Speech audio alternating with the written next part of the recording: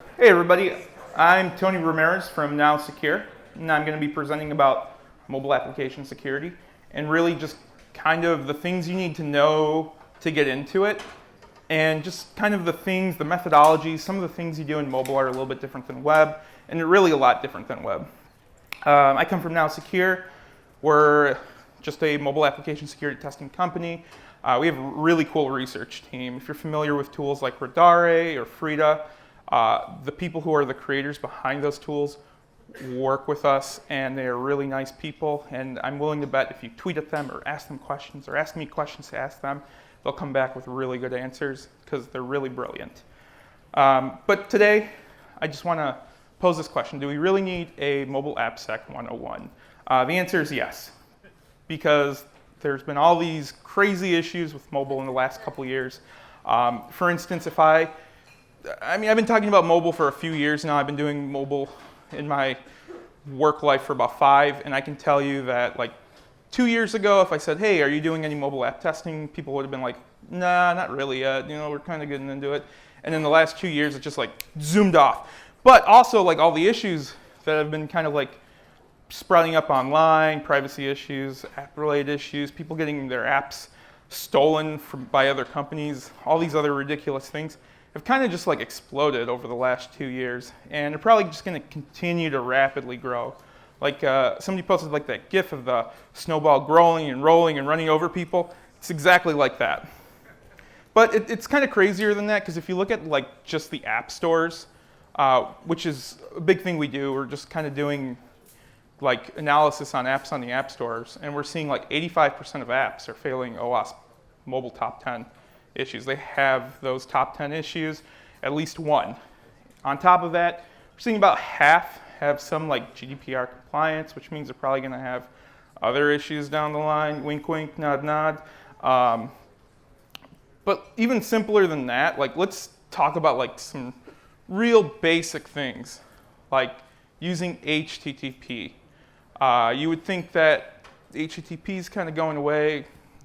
Not really, but like on the app stores, like 1 in 5 Android apps is making HTTP requests. 1 in 7 iOS apps is making HTTP requests. Both sides are doing activities that I consider writing to the system logs on the device. That's a thing that shouldn't be in the production build. If you're writing an app that's going to go on the App Store, it has no reason to write to the device system logs. That is a big no-no. That's usually an indication that there's still debug code in your application. If we find sensitive data being written there, that means that developer probably didn't remove that, and that's a bad thing. That's something that you really don't want in your app, because it's an indication that there's probably other issues as you go down the line. The other issue too is that a lot of people I talk to are coming from the web world, and they don't know a lot about mobile. They understand the concepts, and they know the resources, but they haven't done testing yet, and they're not really sure where to like dip their toe in. And I don't blame them, because like mobile's really different than web.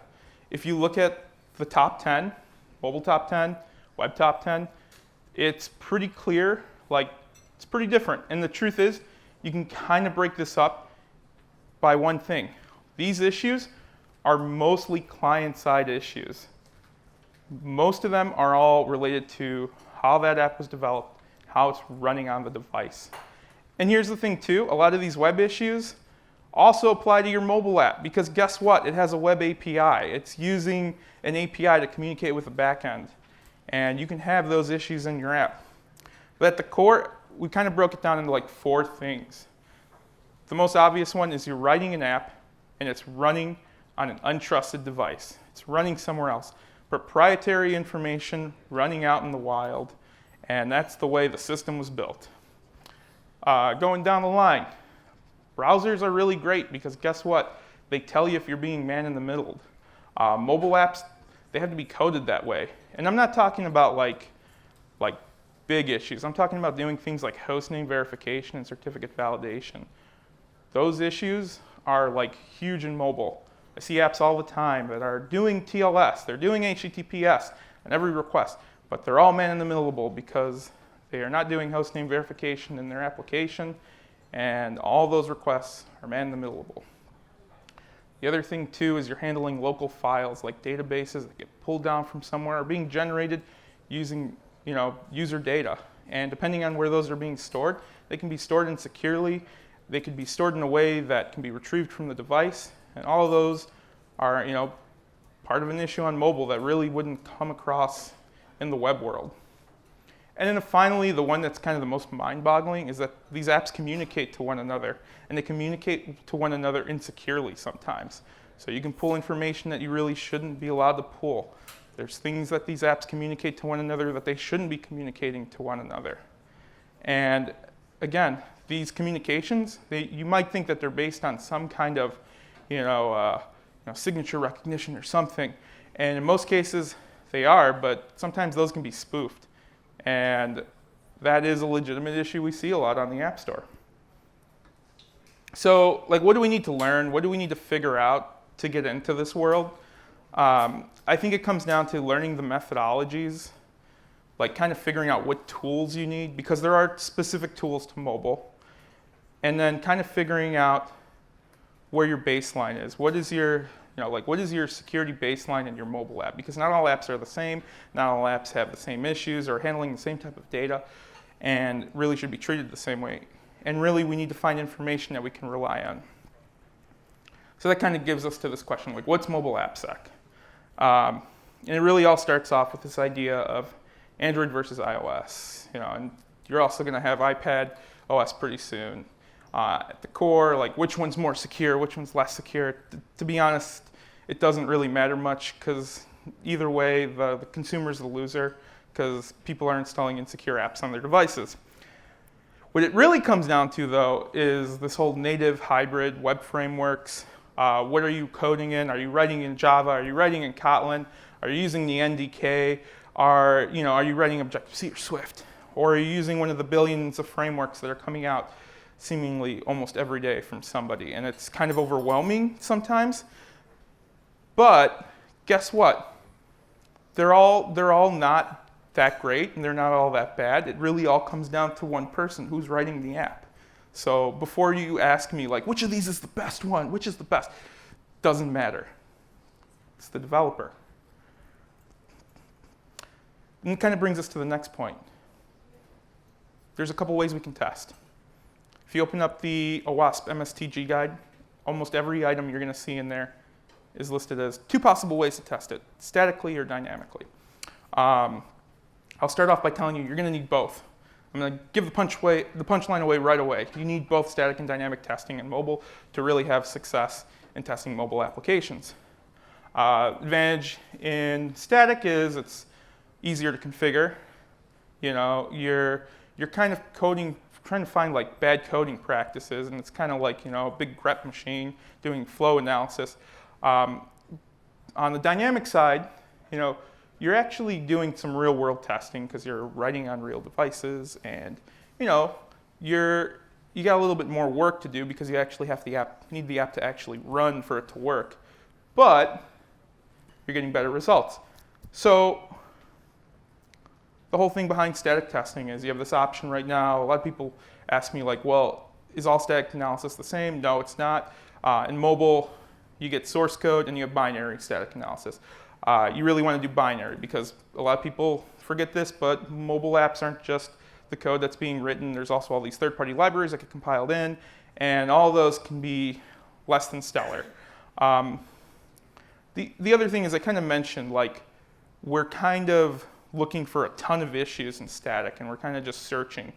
And a lot of people find that this leads to a lot of false positives, and you're kind of looking for things and not sure if, is this actually an issue, is this not? And that's kind of where dynamic comes in, which what's nice about dynamic is you're actually testing to see if that issue is an issue. This is why you need both. You need to be able to find if the issue exists, the potential for the issue to exist, and actually test that dynamically. That's been our approach at NowSecure.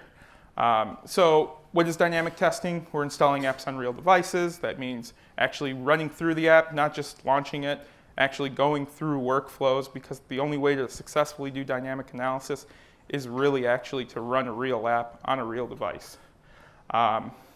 This is more work, But the less you exercise the app, the less data you're going to get. So the inverse, the more you exercise the app, the more data you're going to get.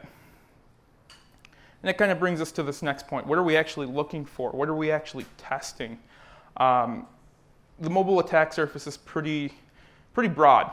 For instance, we have these code functionalities, use of third-party libraries, just like bad coding practices.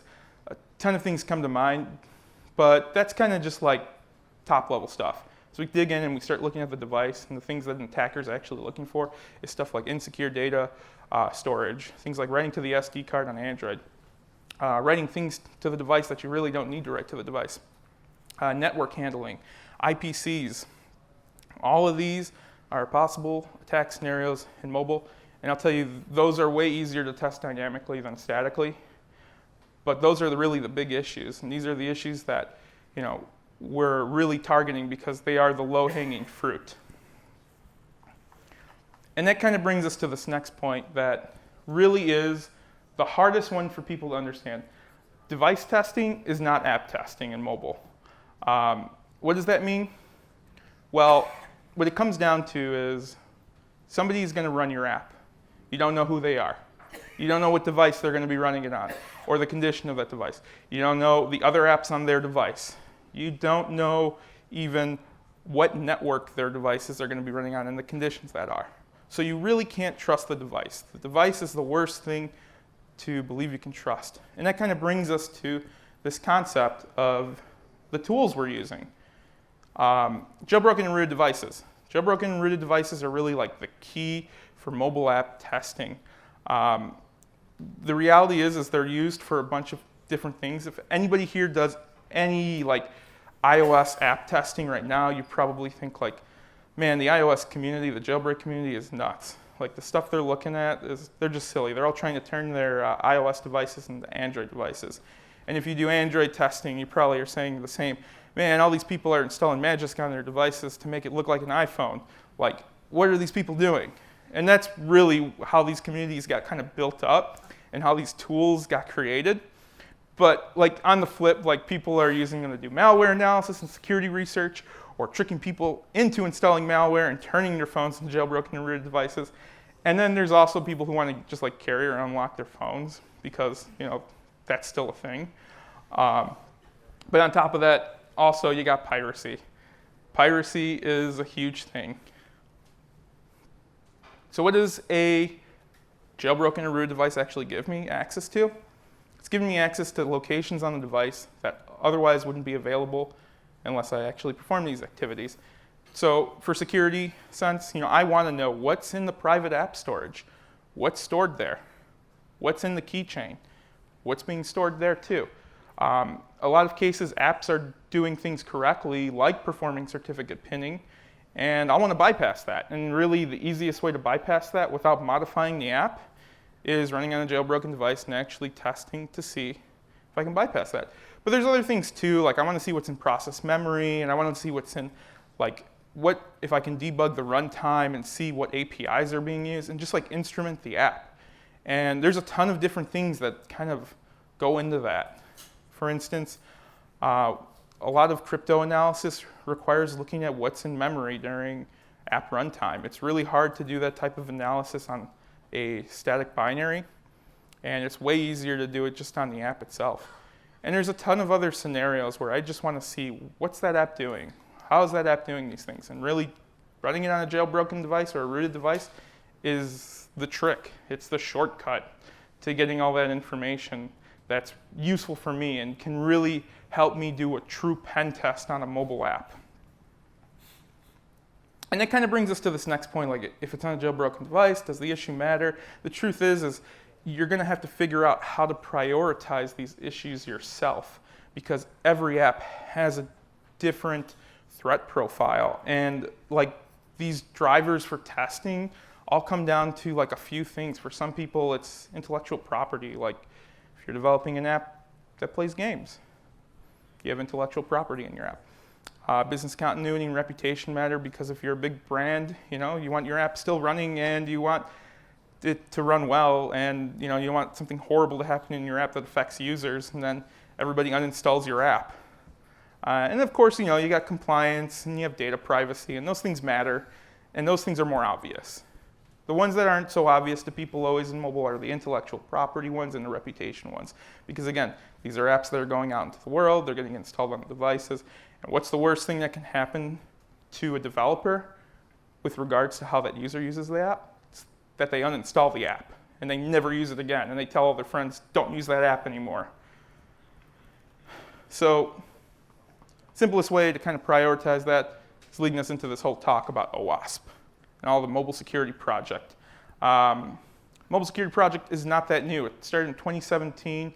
Really, it's become really well formed in the last year. And it kind of comes down to really two big guides: the MSPG, which is the Mobile Security Testing Guide, and the MASVS, which is the Mobile Application Security Verification Standard. I'm going to use the acronyms. There's some other projects too. You've heard of the top 10, which I like to think is what are the big issues developer needs to be aware of? What are the big issues in app development? Changes every couple years, and it'll probably change again in the next couple years.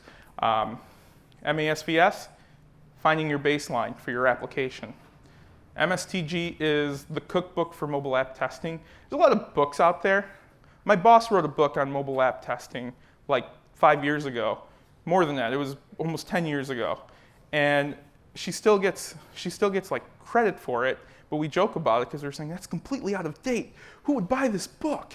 Like, you're crazy. What's cool is this is all on GitHub, and people are updating it all the time and changing things and adding stuff. So it's like a living document, and that's super cool because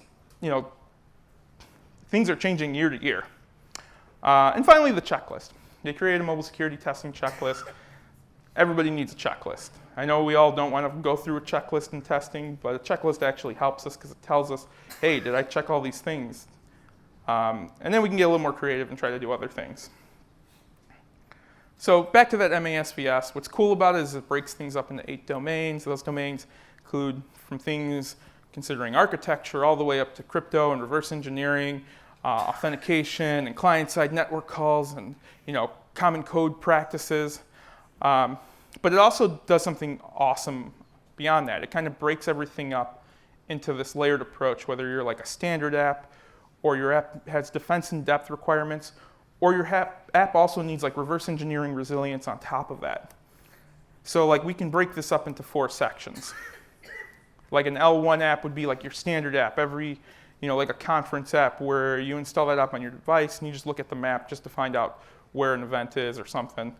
Really common thing. You want it to meet security baselines because guess what? It's running on your device. It's probably pulling stuff from the internet, and you want it to do it in a secure way. Versus L2, where we're talking a little bit more heavily regulated data. This is an app that might be just displaying bank information to you. It doesn't really do much. I think we've all used apps like that. When we get on this heavier R side, is we're talking about things like gaming apps, where they're prioritizing their IP. And another example would probably be like Spotify or like a streaming service where they themselves don't have any really heavily regulated industry that they have to adhere to, but they do have to adhere to their board. And if somebody figures out how to reverse engineer these apps' processes and steal information from them and tell other people how to do that, you better believe like that security team is going to be in big trouble if they couldn't catch that early. And then you kind of get into this L2 plus R, which is things like Venmo would probably be an example of that, or apps that are doing kind of like these fintech processes. I think IoT apps fall into this. A lot of these like medical IoT apps, like watches, pacemakers. There's a ton of others. Those are apps that really do require not only to have heavily defense in depth technology, making sure that they're doing things like certificate pinning and making sure they're doing things to actually protect data on the device itself. But on top of that, they want to prevent their apps from being reverse engineered, because if somebody reverse engineers it, figures out how it runs, figures out how the protocols are used, they could legitimately hurt somebody. So like an example would be something like a man-in-the-middle attack. We're talking more, this would be in the 4th domain of the MSPG, or MASVS. What we care about is checking, is that application doing network handling properly? Is it making those calls correctly? At L1, we want to make sure that app is doing hostname verification or certificate validation. If it's not, we're going to be able to intercept traffic. In L2, the issue is still the same. We're trying to prevent violations of confidentiality and integrity. But guess what? An L2 app really should be doing certificate pinning because it's dealing with heavily regulated data. Makes sense. And then finally, if either of those apps was a reverse engineering resilient app, we'd also want to make sure that the app actually verifies that the device hasn't been messing with the app in some way. Again, seeing if it's doing jailbreak detection, root detection. But on top of that, checking if the app hasn't been modified by somebody and recompiled and then reinstalled on the device. These are all things that kind of fall into that realm. And those are all kind of controls that you can throw into your app. So kind of to bring this back to a checklist, if you're looking to get into mobile, my opinion is you want to first take this mindset that you can't trust the app. Don't trust the device. Don't trust it. You have to test. That's the first step. Number two, get in the testing device. If you're into jailbreaks, there was a 12.4 jailbreak, but it stopped being signed. If you want to know what that means, ask me about it later because Apple makes it really hard to get jailbroken devices. They give you kind of a window, but Android's really cool about it. Just pick up a Pixel and you can root it today, and it'll take you probably a half hour to go through it. Next is reading these two guides, the MASVS and the MSTG, because I think MASVS kind of tells you why something's important and why you should be protecting those things. And then MSTG is giving you kind of the cookbook of like, how do I go through doing this? And what tools should I be using? And how do I actually do this myself?